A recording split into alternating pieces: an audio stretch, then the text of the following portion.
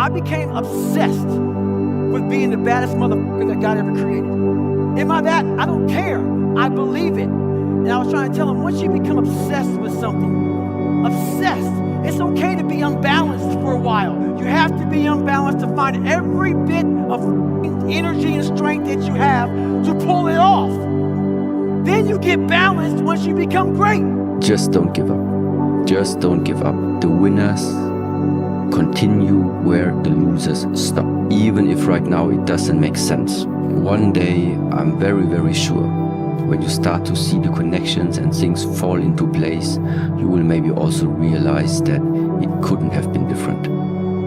Even if it's difficult. But the only thing that I learned from the martial art practices and also from my own life is giving up was just simply not a question. Was simply never an option. Just be the best version of yourself in anything that you do. You don't have to live anybody else's story. Sometimes people make it seem like you have to have certain prerequisites or a crazy life story in order to be successful in this world.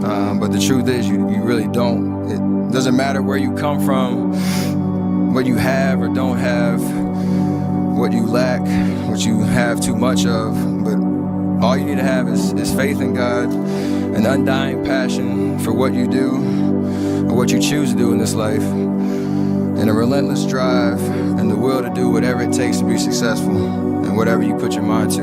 Why would God give you a vision that you couldn't achieve? Literally sit down and ask yourself that for a second. Why would he give you something that you couldn't do anything with? Now, you're probably thinking to yourself that you're struggling, you can't stay consistent, you've been productive, and you can't see the results and what you're actually trying to get. And I want to tell you right now that God is allowing that as well. He's putting that in your life. He's allowing it because that will turn you into the person if you learn from it. I want you to fail, and I want you to get up and do it again. The same thing in life is the same thing here. If you can do this, you can do anything. Anything.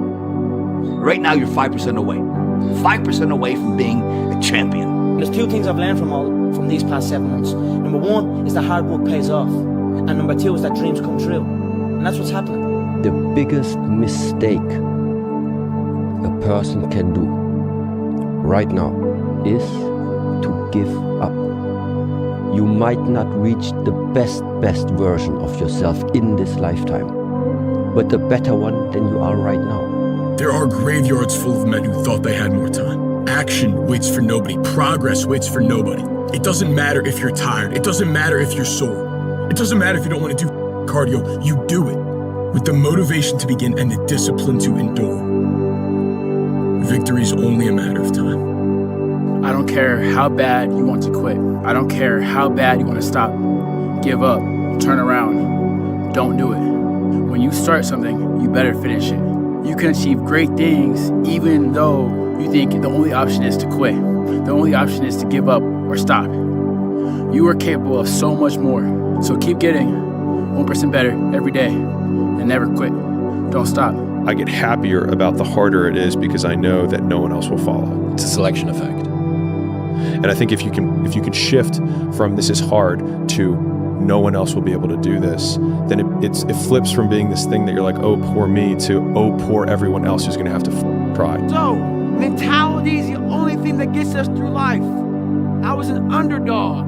We are all underdogs in life. Even the baddest person in the world should think that way. So you should always have I've never arrived mentality. And the can't hurt me mentality, doesn't matter where you come from, the sewer or wherever you think you're from. When I got out of the sewer, I got to the road and looked around and said, can't hurt me. Nothing should be able to hurt you. If you believe that, it starts to become true. What kind of risk builds men? Risk something that we're all at least hardwired in part to do. I imagine that there's some kind of risk that builds them up and another kind that destroys them. Well, I think constantly trying to be in rooms you don't deserve to be in. Apply to schools you shouldn't get into. Apply to jobs you shouldn't get into or you shouldn't receive. Take a shot at goals that you don't have any. Express friendship with men more impressive than you. Probably the most important thing for a young man is to surround yourself with, at least in the short term, men who you perceive as being higher character or more successful than you.